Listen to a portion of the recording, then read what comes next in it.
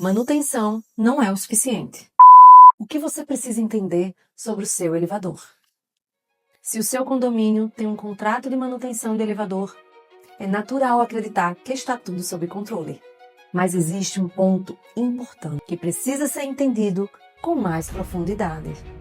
A maioria das pessoas associa manutenção a conservar o que existe. Trocar peças, ajustar falhas, fazer revisões periódicas. E sim, isso é essencial. Mas isso é apenas uma parte da história. Um elevador não é um equipamento estático. Ele envelhece.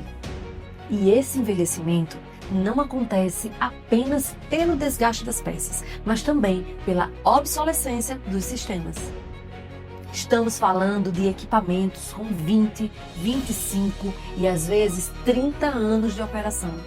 E com o tempo, algumas situações começam a surgir. Às vezes o problema não é só uma peça com defeito, é o fato de que aquela peça já não existe mais no mercado. Em outros casos, até existe reposição, mas a estrutura onde essa peça funciona já está comprometida. Você troca uma roldana, mas a base onde ela trabalha, trilhos, guias, rampas, já sofreu desgaste ao longo dos anos. Ou seja, não existe mais condição ideal para aquele sistema operar como deveria. E é nesse ponto que entra uma reflexão importante. Modernizar não é luxo. Modernizar é manter. É uma continuidade da manutenção. Só que em outro nível. Agora, existe um aspecto essencial que precisa ser compreendido com clareza. O contrato de manutenção contínua não foi concebido para sustentar o envelhecimento estrutural do elevador. Ele cobre o acompanhamento técnico, os ajustes e a reposição de componentes de desgastes. Ou seja, ele mantém o equipamento funcionando dentro das condições existentes.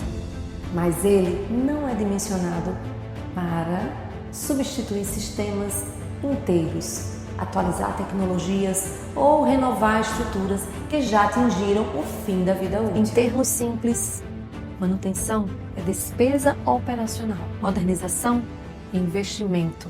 E esses dois movimentos, eles não competem, eles se complementam. Existe também uma verdade que precisa ser dita com responsabilidade. O envelhecimento do elevador não depende de aprovação, ele acontece. A diferença está em como isso é gerido. Em muitos casos, o que vemos é um ciclo. O equipamento perde performance, as falhas se tornam mais frequentes e a operação passa a depender de intervenções constantes. E isso começa a ser tratado como normal, mas não é. A falta de investimento não interrompe o envelhecimento do equipamento, ela apenas muda a forma como o problema aparece. Por isso, cuidar de um elevador exige mais do que manutenção.